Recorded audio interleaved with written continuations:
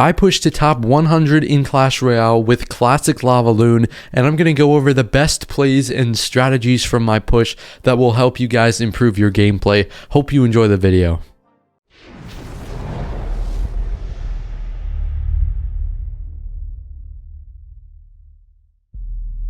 So I'm going over replays in today's video, which is a little odd because usually I do live gameplay. I barely ever touch replays, but my goal is to help you guys understand what plays I'm making at a high level of ladder, and hopefully that the overall strategy that I'm using and strategies and plays throughout the matchups can help you guys improve. So just off the bat, like, I don't like to go lava's first play. If I can, I will go tombstone and then lava. That's just pretty simple, using the drags to counter the bandit right there.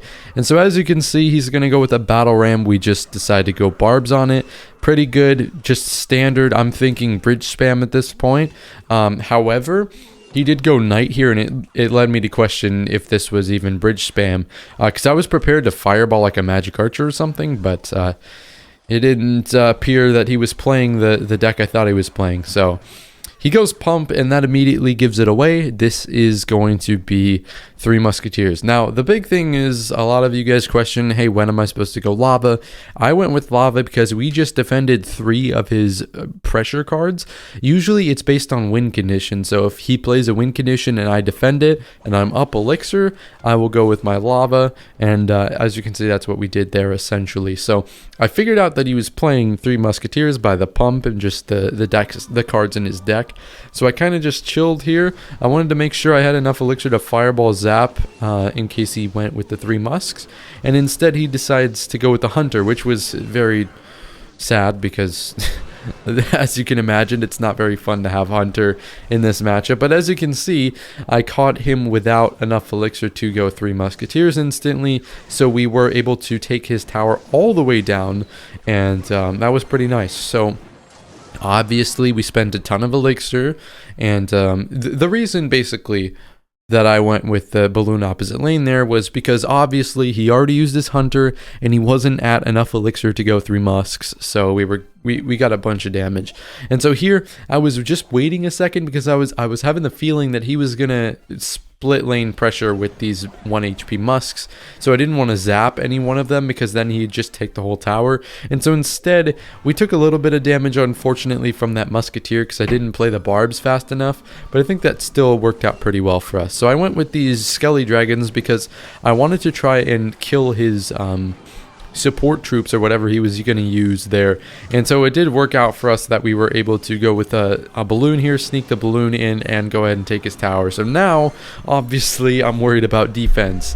I've got the skeleton dragons. I used barbs here though because I believe they were going to do way too much damage if I didn't if I went with skelly drags. And so I tried to defend the princess tower, and I underestimated how much damage the battle ram would do. As you can see, that the knight gets pulled by the tombstone there, but I thought that the tower would help out against the battle ram. I was wrong, but here we have a huge counter push. So he did a crap ton of damage, but he doesn't have a win condition unless you can't count battle ram. So I just went with the balloon here and went with the zap and then the barbs, because you got to be careful using your air card or your ground cards. Since he has way more ground cards than I have ground cards, it gets very difficult to stop them. So as you can see, I'm just playing patiently here. I always want to keep enough elixir for defense in case we can go defense, and I just happened to fireball zap these musks, and this mega minion locked on before you could put the battle ram down. So that was GG's. But as you can see, I played very patiently. I made a big mistake with the mega minion on the battle ram, but we were able to recover. So I guess it wasn't a big mistake, but that was important. We balanced our offense and defense and made sure that he couldn't sneak a bandit or a ghost past my defense. Minor wall breakers is everywhere, and cycle decks like this generally have the same play style, so it's important to know exactly what to do. With spammy decks like this, it's actually pretty tough because they have a very fast cycle. They can cycle bats and spear goblins pretty easily, and they can outcycle you, so it's tough. But Mega Minion on Minor is a typical play I do. When I see minors, I usually like to start off with the Lava Hound in front of this Mega Minion. I just thought it was a good play there. and I decided to go ahead and just zap these spear goblins. I believe, did I zap the spear goblins? I did, okay. Because we sacked the knight, because he only got one hit, so I don't think it was worth defending that knight, because he only got one hit. And so sadly, he went with the fireball. I was hoping he might have poison, but unfortunately he had fireball. And so we were able to get a death bomb here, but clearly, you know, I wasn't very satisfied with that because we had a big opportunity. The thing is, that's good for me because he had to waste his bats. So now on his next push, or on my next push, he won't be able to defend with 2 sets of bats. So that's why it's important to try and get your opponent's air cards out of hand. So we went and just Mega Minion again, just trying to start up this lava push. Mega Minion doesn't die to Fireball. So a lot of the time, if my opponents only have like Fireball as their spell, and they don't have like a splash unit or something like that, I like to try and use the Mega Minion on offense. So that's my goal. I forgot to turn on Do Not Disturb. I'm sorry. Oh my god. Oh my god. How many more Discord? Dude. You cannot be serious. Okay, let's go back a second because oh my god, dude. So basically, as you can see, I zapped the bats there. He pulled this, and that was just a good play from him, but we got a bunch of chip damage, and unfortunately, I forgot about the Evolved Knight for a second, so that was a bad Skelly Drag's play on my part, and we were forced to just let those wall breakers go, because I knew I had to pick either take a bajillion damage from the Knight, or sack the wall breakers, and I decided to sack the wall breakers, so... because the wall breakers only do 1,000 something damage compared to the Knight, which was going to destroy my whole tower, so that was the play I needed to do there. We just ignored that other lane because I can't afford to play offense and defense. I need to choose a lane to just sack at a certain point, and sadly my tower just like Euro stepped, I guess, on the freaking wall breakers, and it didn't do anything, so it was kind of annoying. But I went with the fireball here because I wanted to try and kill that bomb tower so that we could get our balloon to the tower.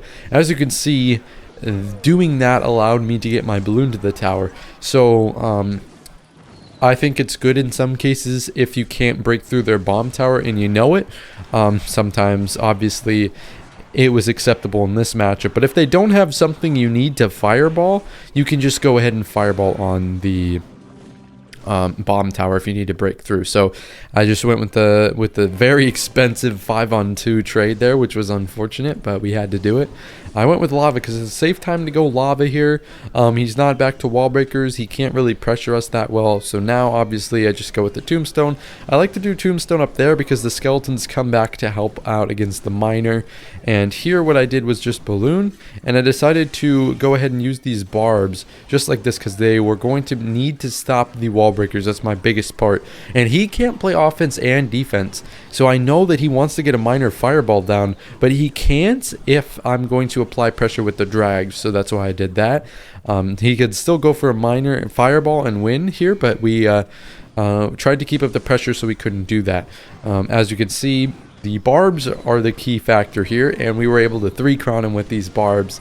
That's why it's so important to, in certain situations, use troops instead of spells or something like that on defense, because we were able to counter push with it there. So that was really good, and also just everything about those barbs was really good, and it won us the game. So this was a difficult matchup here from Des. He is playing Graveyard Freeze, and I believe we just didn't do anything for a little bit.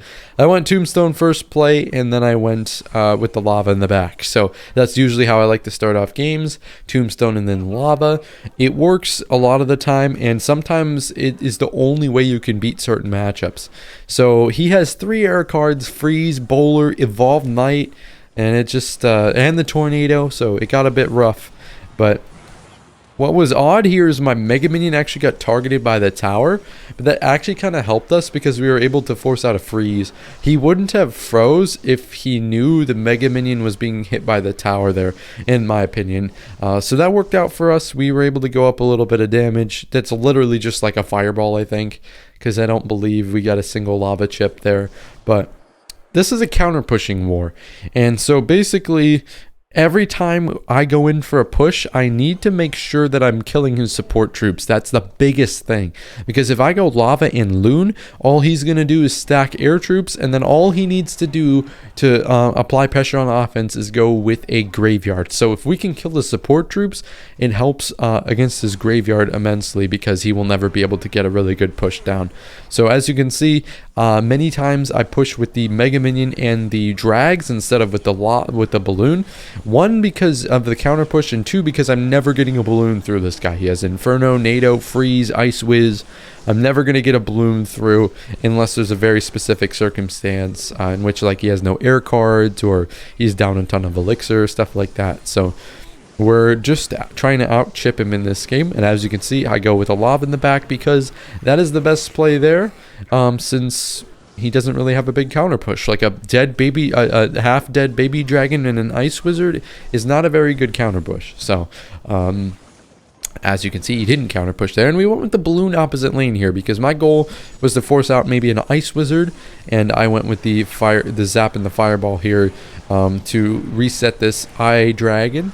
My goal is to just try and get this lava to the tower, and as you can see, we do get a big balloon hit on the left hand side, so it wasn't enough for me to go over there, but as you can see, we just plopped down a tombstone to help with the counter pushing, zapped to take out that eye dragon, and as you can see, we're actually up 500 damage right now, and we were able to get 2 big skelly drag hits as well. So we're up about 1,000 damage, and I decided to go with another lava because, as you can see, I can continue going lavas if he doesn't have a counter push down. And so as you can see, I also go with the barbs in the middle here because that's the best play to pull the knight. Since it also makes sure the boulder doesn't lock on my tower. And so he's unable to freeze that. Because that would be a massive overcommitment from his part and it wouldn't really do much. So I decided to just go fireball in the Inferno to try and kill it and get lava pup damage. And as you can see, the counter push from the graveyard is enough to get out 2 of his air cards. So as you can see, since he didn't have Inferno Dragon in cycle, since we fireballed it and he used it on the lava, the split lane pressure was amazing. He went with the freeze and the NATO here, and we were able to steal the W from him with the last second zap to get that big balloon hit. And he gives us the wow because look, man, my zaps are astonishing, man. They are. But as you can see, like, we just win this matchup by not allowing him to get a counter push. So if he can't stack a bunch of troops and then go graveyard, because that's unkillable, we are able to win. So it's really nice here that it's kind of a counter pushing war. He made a mistake by letting me counter push, and that's what won me the game. So whoever can get the best counter push down wins that game. So big W. So we have Giant Sparky here. Typically, you won't see too much Giant Sparky, but now that the meta has shifted, you're going to see more Gob Giant and more Giant Sparky, so it's just becoming more and more popular, which is why it's important to learn how to use this deck. So I believe I started off with Barb Split in the back. I did because that's usually, if I don't have Tombstone, I will do Barb Split in the back. Typically, I'll only do it if I know what my opponent is playing, so I know like the repercussions of doing that. So I wouldn't recommend in mid-ladder or anything to split Barbs in the back first play. If you don't have that, then you can just sit there or cycle zap on their tower. So he's switching things up. He went with the interesting split lane push. I had to leak a bit of elixir because I wanted to make sure I formulated a game plan, and we were able to kind of, I think, play pretty well here because we didn't give up this tower. Or actually, I think we did. Wait, I don't know. I don't think we did give up this tower. Yeah, so we didn't give up the tower. We are up, as you can see, 5 elixir almost. So that was really good because we didn't lose the tower. So I can't stress how important it is that we didn't lose the tower there.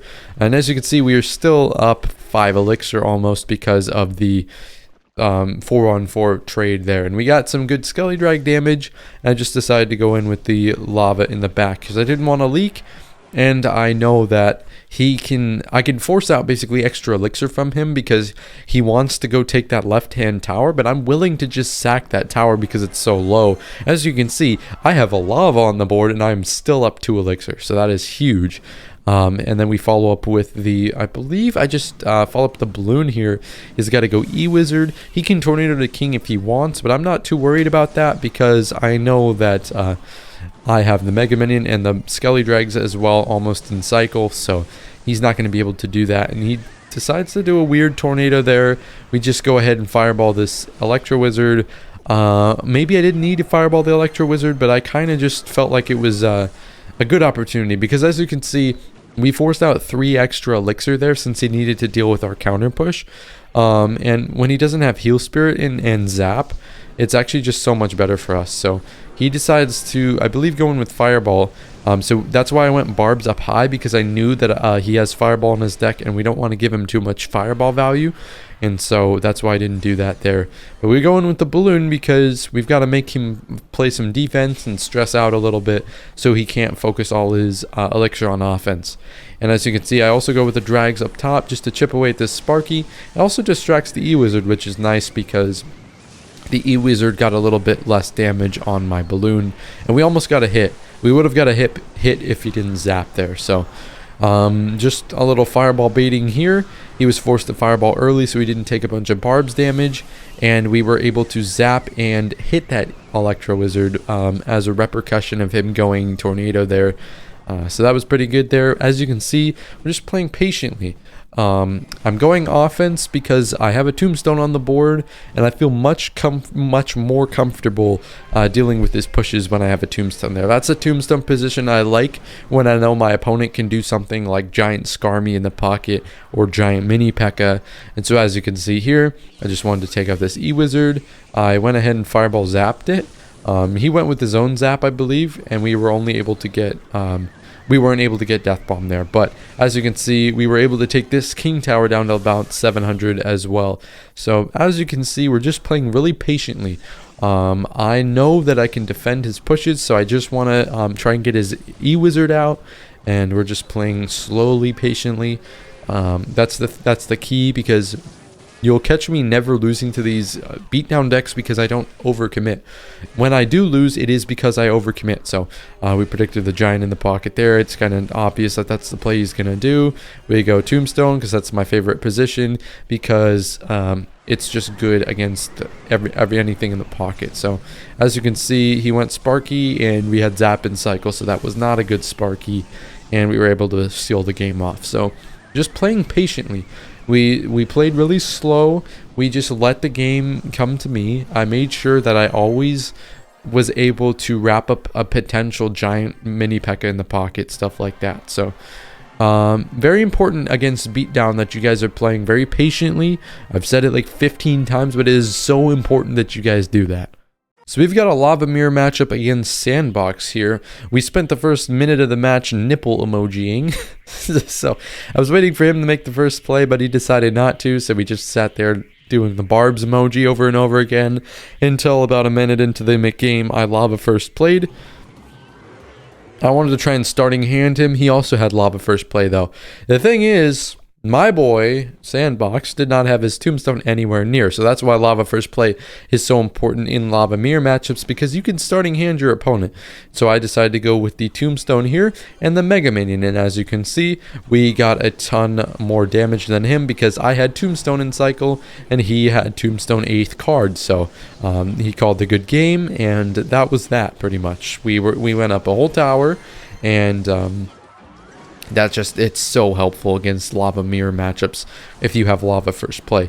And you've got to be careful. I want to make sure I have Fireball in my hand as well, in case my opponent, or Fireball and Barbs. I literally had the perfect starting hand, because you have to be careful if your opponent goes Barbs when you go Lava as well. But because if you don't have a counter to Barbs at the bridge, it gets very tough to like deal with the Lava, basically. Because if you think about it, like, I go Lava first play, he goes Barbs at the bridge, and I have to what am I supposed to do about that, you know? So typically I'll go Barbs or Fireball. But the thing with Fireball is, if I use Fireball to defend the Barbs, then he can just Skelly Drags on defense and get a ton of value. So I typically don't want to do that. So that's why it's always good to Lava first play when you have tombstone or barbs and cycle as well. And as you can see, I love doing that play. Unsuspecting lava players will do a balloon before the lava crosses the bridge, and that way we were just able to finesse him with that beautiful tombstone. And as you can see, we wrapped up the balloon before the lava, so that was beautiful. He gets a nice fireball zap though, I'm not gonna lie. He gets a nice fireball zap, kills those, and we were actually taking a bit of damage here. I got a little scared, but we managed to clutch up against Sandbox. So a pretty typical lava mirror matchup there. And yeah, we were able to reap the benefits of lava first play, as well as my special tombstone placement that helps against lava players. Another tricky matchup is drill cycle, stuff like this with the quick cycle and the fireball in the building. It's going to be tough for you guys to deal with, so I'm going to explain how I beat this guy. It was close, actually. It was really close because it is a tough matchup. And I started the game off just trying to scout out what he's playing. I typically do that Mega Minion placement pretty much always because it always kills the first goblin. So that's why I do that. I do it a little bit away from the drill so we can kill the first goblin and avoid taking too much damage. So as you can see, I believe I just fireball the tower and the queen here, trying to get some good lava chip because I know this knight isn't going to do much damage to my tower since it's already kind of pretty much dead and the skellies were distracting it as well. So we were able to get some lava pup damage as well here. Unfortunately, he did show that he had fireball. So this I believe we almost lost this whole tower here. Or maybe we did lose the whole tower because the skeleton dragons, like, they didn't splash what I thought they were going to splash, so we went ahead and lost the whole tower. Questionable queen ability from him, actually. I don't know if I like that queen ability. He kind of just wasted an elixir. So we're even now. The thing is, I know what he's playing now, so we were able to go from there, assuming he was playing the classic drill, like, I guess, it's pretty much identical to the firecracker drill version that was going around, except he has queen and fireball. So it was a deck before the firecracker drill meta. So the moral of the story, I was familiar with what I'm facing because he'd played all his cards and I knew what I had to do. So we had to tank this knight because my goal here is pretty much to just bulldoze my way through his tower, either by forcing out a bomb tower and a fireball, or that was. So I was thinking of two things here. So like I was going to go balloon, and I was either going to go Mega Minion behind, forcing out his knight, or I was going to see if he played bomb tower first and then go Evo barbs. So as you can see, we were able to get that balloon hit, which is so clutch, and we forced out a lot of elixir with those barbs. So not only did we force out a lot of elixir, we also distracted the queen long enough for me to put the tower into fireball range. So that's why we did that play right there, because I knew that baiting with the Evo barbs is actually a really, really important play in these types of matchups, because you want to throw your opponent's cycle off, and it's just a good play. Like you make them spend a bunch of elixir on defense, and it's just overall it's just a good play, because if I can avoid basically, I want to split lane pressure there because I want to avoid my opponent going in on offense while I'm going in on offense, because that means I've got to spend extra elixir on defense and I might not be able to break through. So here we just went in with this balloon. I went in with drags as well because I knew if he fireballed the balloon, he wasn't going to be able to fireball the drags. So what I did here was just go with the zap here to make sure that we could kill this queen, and the death bomb and the Mega Minion got it low enough to kill it. So we're right back in this game, and we went from down almost the whole tower to only down 700. And we actually decided to just tank the rest of this goblin drill because I knew that the ice spirit was actually going to target the goblin there. And we had a tombstone, which I typically use behind my tower against drill matchups because they can't kill this tombstone, and it's always going to help out against things like knights and also the drills, obviously. So as you can see, these barbs forced out, hold on. The barbs forced out 4 plus 3 plus 2 plus 2. That's a lot of elixir. It's hard math, but that's a lot of elixir there. And so as you can see, the barbs forced him to play a ton of elixir, and we were able to get to his tower because of how much elixir he spent there. Sorry, excuse me. And the Evo Knight comes down here, but it was a bit too late because the Eva Knight's not going to be able to save you, my friend, since we only need 2 fireballs worth of damage to get through. And I was just going to go barbs this whole time. I knew he didn't have enough elixir to fireball, so it's important that we were able to bait out so much elixir on offense, because if I can get my opponent to spend like a ton of elixir on defense, it's really easy for me to defend his stuff since he doesn't have any elixir. So we basically just stalled long enough to get back to my next fireball. He predictions, but it doesn't really do anything because you can't fireball predict something that doesn't die to fireball, you know. So we're able to take a nice W there. I hope you guys were able to benefit from this video. I apologize for it being replays, but I thought that was the best way to explain what was going on. And also, I recorded live, but unfortunately the recording on my phone corrupted, so I just recorded all this live and then had to go over and do replays. So appreciate you guys stopping by. Have a great rest of your day, and I hope you enjoyed the week of daily uploads, baby. Let's make it 2 weeks.